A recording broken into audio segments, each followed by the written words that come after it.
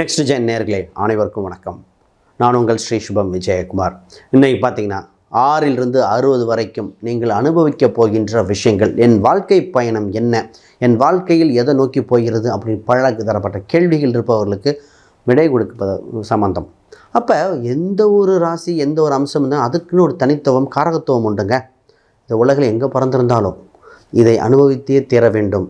இப்போ சொல்லுவாங்களே, பொதுவாக இந்த ராசிக்காரங்கள் எப்படி இருப்பாங்க, அது பொது பலன்தான். ஆனால் அது குறிப்பிட்ட சதவீதம் இருக்கே, இது தசாபுத்தி தகுந்த தாண்டியும் கோச்சார கிரகங்கள் வர காலகட்டத்தில் நடக்கின்ற விஷயம். சரி, அது நிச்சயமாக நடக்குமா? ஏன் ஜென்ம சனி வரும்போது நடக்கலையா? 7.5 சனி வரும்போது நடக்கலையா?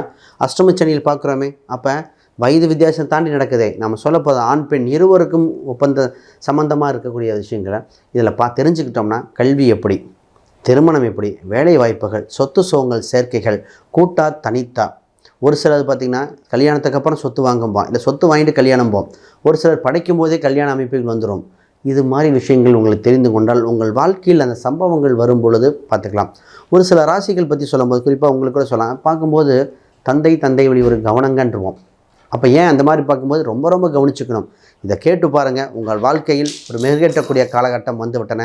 விகட யோகம் கொண்ட மிதுன ராசி அன்பர்களே, இந்த மிதுன ராசி என்றாலே சமாதான பிரியர்கள், அறிவு சார்ந்த ராசி. மிகுந்த முக்கியமான இடத்தில் இவங்க இருந்தால் அந்த இடத்தில் ஒரு முக்கிய சம்பவம் நடக்கும். பொதுவாக பார்த்திங்கன்னா சங்கங்கள் சபையில் மேன்மை நோக்கி பெறுகின்ற ராசி இந்த ராசி.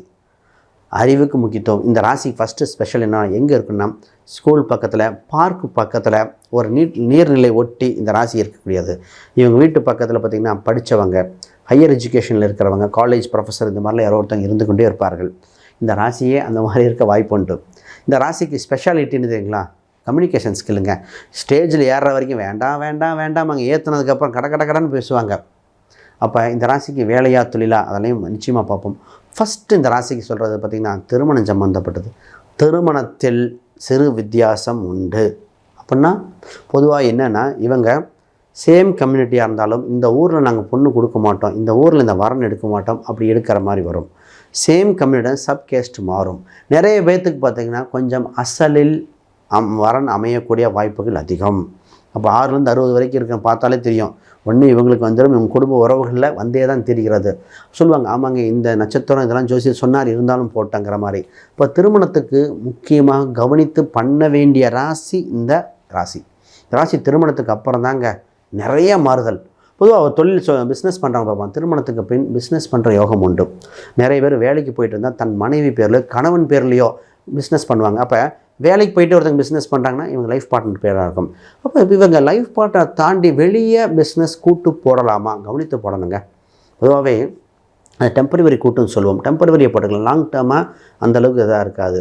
அப்போ இவங்க கவனித்து செயல்பட வேண்டிய ராசி. இந்த ராசிக்கு ஒரே ஒரு விஷயம் மட்டும் எப்போவுமே மனசை உறுத்திட்டு இருக்கும், தன் தாய் தந்தையரை பற்றி. தாய் பாசம் அதிகம், அனுபவிக்க முடியல. அப்பா மேலே பாசம் இருக்கும், ஆனால் அவங்களுக்கு ஒரு சின்ன தொந்தரவுகள், உடல் உபதியாக இருக்கும்.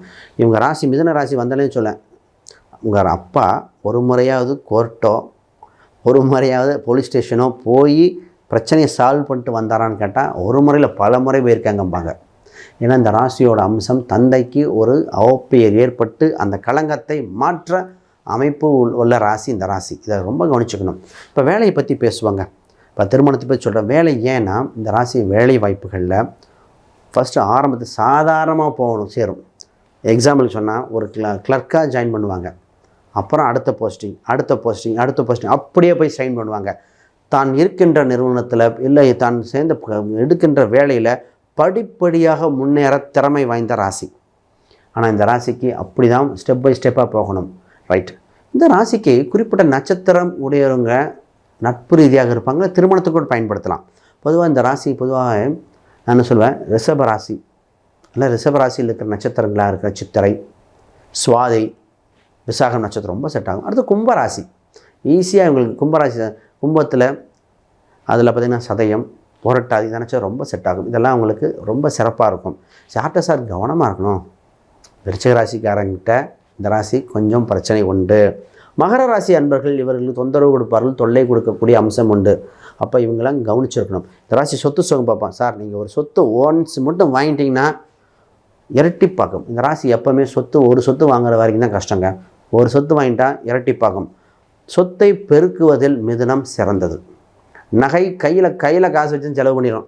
கையில் வச்சுருந்தாலே ஃபுட்டுக்காக அதுக்காக செலவு பண்ணிடும். அப்போ சொத்தை அப்படி தான் பெருக்கிட்டே போகும்.